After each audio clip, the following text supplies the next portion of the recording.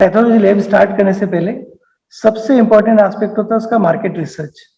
Market research मतलब आपका जो प्लेस डिसाइड करने वाले हो, प्लेस एक अप्रोप्रिएट होना चाहिए, उसकी कनेक्टिविटी बहुत अच्छी होनी चाहिए, वहाँ के लोकल लोगों का माइंडसेट जो कि बहुत इंपॉर्टेंट है कि माइंडसेट कैसा है, वो लैब टेस्ट के लिए वास्तव में मोटिवेटेड है या नहीं है, दैट इज वेरी इंपॉर्टेंट।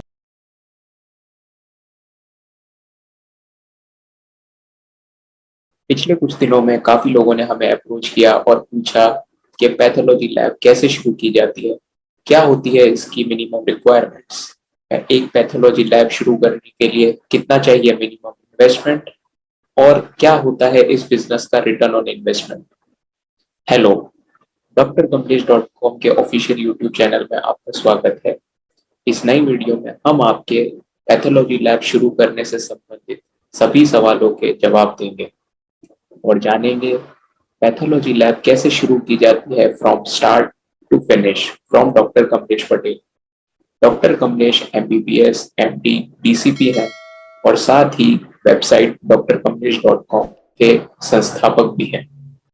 पिछले कुछ सालों में डॉक्टर पटेल ने दर्जनों सक्सेसफुल लैब को शुरू करने में अपनी एक्सपर्टीज प्रोवाइड की है। Welcome doctor Kamlesh sir. Thank you श्रेय। लैब शुरू कैसे की जाती है ये जानने से पहले ये जानना जरूरी है कि पैथोलॉजी लैब खोलना एक अच्छा बिजनेस है कि नहीं है। तो सर, हम आपसे ये जानना चाहेंगे कि पैथोलॉजी लैब खोलना एक अच्छा बिजनेस क्यों है। अभी पैथोलॉजी लैब खोलना एक बहुत अच्छा बिजनेस है, क्योंकि कोविड टाइम के अंदर में बहुत सारे बिजनेसेस लॉस हुए हैं। बहुत सारे बिजनेसेस को एक मतलब काफी फाइनेंशियल लॉस भी हुआ है, उन बिजनेस की एस्टैब्लिशमेंट और उनकी सस्टेनेबिलिटी पे भी थोड़ा क्वेश्चन हुआ है। सेकेंड, इस कोविड के दौरान हमने देखा कि पैथोलॉजी लैब ने एक अच्छे लेवल पे बिजनेस किया है। थर्ड, इस कोविड के सिचुएशन के दौरान हमने ये देखा कि बहुत सारी इलीगल लैब या अनऑथेंटिक लैब्स जो कि एक सोसाइटी के लिए बहुत बड़ा थ्रेट है, उन्होंने बहुत ज्यादा इस दौरान सर्विसेज प्रोवाइड किए जो कि बहुत ही अनइवेंटफुल है, लेकिन इसके कारण से बहुत सारे नुकसान भी हो सकते हैं। तो इसीलिए हम अगर पैथोलॉजी बिजनेस स्टार्ट किया जाए तो इसका सबसे बड़ा बेनिफिट एक तो सोसाइटी को होगा, जिसके अंदर की maximum professional qualified doctors, qualified technicians जो कि लैब को रन करें और ऑथेंटिक लैब्स का बिजनेस एक अच्छे लेवल पे पहुंचाया जाए। दूसरा, financial gain of course pathology lab में है। अगर आप अच्छे नंबर ऑफ सैंपल्स इकट्ठे करते हैं, काम बहुत अच्छे से करते हैं, प्रोफेशनल एथिक्स के साथ में काम करते हैं, with good team and technical experts के साथ में काम करते हैं, definitely pathology lab business is a very good business. तो बेसिकली पैथोलॉजी लैब्स कितने तरीके की होती हैं। पैथोलॉजी लैब्स की अगर बात करें तो ब्रॉडली हम लोग number of samples per day के अकॉर्डिंगली हम लोग क्लासिफाई करते हैं बेसिक लैब्स या स्मॉल साइज लैब्स। सेकेंड होता है मीडियम साइज लैब और थर्ड होता है लार्ज साइज लैब। जो स्मॉल साइज लैब होता है उसके अंदर less than 30 samples per day होते हैं। जो मीडियम साइज होता है उसके अंदर 30 to 100 सैंपल्स पर डे हो सकते हैं, और जो लार्ज साइज लैब होते हैं उसके अंदर more than 100 samples per day होते हैं। तो ये तो एज पर देयर वॉल्यूम या बिजनेस वॉल्यूम के अकॉर्डिंग हम लोग क्लासिफाई करते हैं। As per their functionality there are certain और different types of lab, like hematology lab होता है जिसके अंदर कि हम CBC, hemoglobin, WBC count, platelet count ये सब चेक करते हैं। सेकेंड जो होता है बायोकेमिस्ट्री लैब होता है जिसमें हम लोग शुगर टेस्ट करते हैं, लीवर टेस्ट करते हैं, जैसे लीवर टेस्ट में SGPT, SGOT, किडनी की टेस्ट करते हैं, क्रिएटिनिन, यूरिया, इस तरह से बायोकेमिस्ट्री और लिपिड प्रोफाइल करते हैं। ये सब हम लोग बायोकेमिस्ट्री लैब में करते हैं। देन सीरोलॉजी लैब आता है जिसमें HIV टेस्टिंग होता है, हेपेटाइटिस B का टेस्टिंग होता है, वायरल टेस्टिंग होता है। इस तरह से बहुत सारे टेस्ट सीरोलॉजी लैब में किए जाते हैं। CRP टेस्ट होता है जो कि सीरोलॉजी में किया जाता है। नेक्स्ट होता है इम्यूनोलॉजी लैब जिसके अंदर हम लोग ये टेस्ट करते हैं कि हार्मोन्स, विटामिन, ये सब इम्यूनोलॉजी लैब में हम लोग टेस्ट करते हैं। उसके बाद होता है माइक्रोबायोलॉजी लैब जिसके अंदर ये कल्चर एंड सेंसिटिविटी किया जाता है। नेक्स्ट होता है मॉलिक्यूलर लैब जिसके अंदर ये कोविड RT-PCR टेस्ट किया जाता है, एक एग्जांपल के तौर पर बताया जा रही है।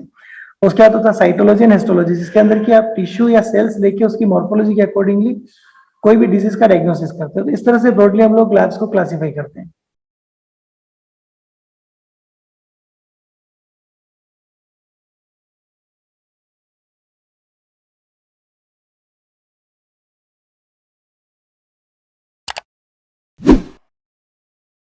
तो सर, ऐसी कौन सी चीजें हैं जो चीजें एक पैथोलॉजी लैब को शुरू करने से पहले हमें करनी रहती है और ध्यान में रखनी चाहिए। पैथोलॉजी लैब स्टार्ट करने से पहले सबसे इंपॉर्टेंट एस्पेक्ट होता है उसका मार्केट रिसर्च। मार्केट रिसर्च मतलब आपका जो प्लेस डिसाइड करने वाले हो, प्लेस एक अप्रोप्रिएट होना चाहिए, उसकी कनेक्टिविटी बहुत अच्छी होनी चाहिए, वहाँ के लोकल लोगों का माइंडसेट जो कि बहुत इंपॉर्टेंट है कि माइंडसेट कैसा है, वो लैब टेस्ट के लिए वास्तव में मोटिवेटेड है या नहीं है, that is very important. Secondly वहाँ पे एटलीस्ट कुछ हॉस्पिटल्स या कुछ डॉक्टर्स होना जरूरी है जिससे कि आपको एक minimum number of sample can be assured.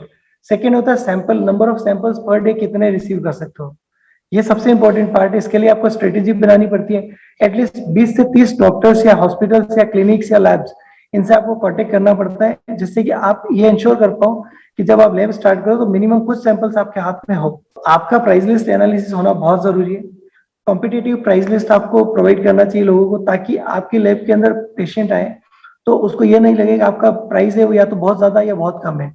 अगर बहुत कम होगा तो इट वुड पुट सस्पिशन कि आप वास्तव में टेस्ट सही लगा रहे हैं या नहीं लगा रहे हैं, आपकी क्वालिटी पे हमेशा सस्पेंस रहेगा लोगों को। और अगर बहुत ज्यादा रखें तो यू अंडरस्टैंड कॉम्पिटिटिव प्राइस होना चाहिए आपका। लीगल फॉर्मेलिटीज होती है जैसे कि आपको बायोमेडिकल वेस्ट सर्टिफिकेट लेना होता है, दैट इज वेरी इंपॉर्टेंट, वो लैब स्टार्ट होने से पहले ही लेना चाहिए आपको ideally. Second, pollution control board के अंदर आपको रजिस्टर करना पड़ता है, वो भी पहले ही होना चाहिए आइडियली। और तीसरा जो होता है मोस्ट इंपॉर्टेंट है कि आपका लोकल बॉडी में आता है, नगर पालिका हो सकता है, नगर परिषद हो सकता है, टाउन प्लानिंग अथॉरिटी हो सकता है, कुछ भी हो सकता है, उनसे आपको एक कमर्शियल एस्टेब्लिशमेंट का परमिशन लेना। ये कुछ चीजें इंपॉर्टेंट है जो कि पहले ही करना चाहिए। इसके बाद एक क्लिनिकल एस्टेब्लिशमेंट एक्ट में आपको रजिस्टर करना होता है। तो ये कुछ लीगल फॉर्मेलिटीज है, ये कुछ चीजें हैं जो कि आपको एकदम किसी भी अच्छे तौर से आपको पता कर लेना चाहिए। इन सबको इम्प्लीमेंट कर, लैब को शुरू करने से पहले इन सबको पहले से ही कर लेना चाहिए।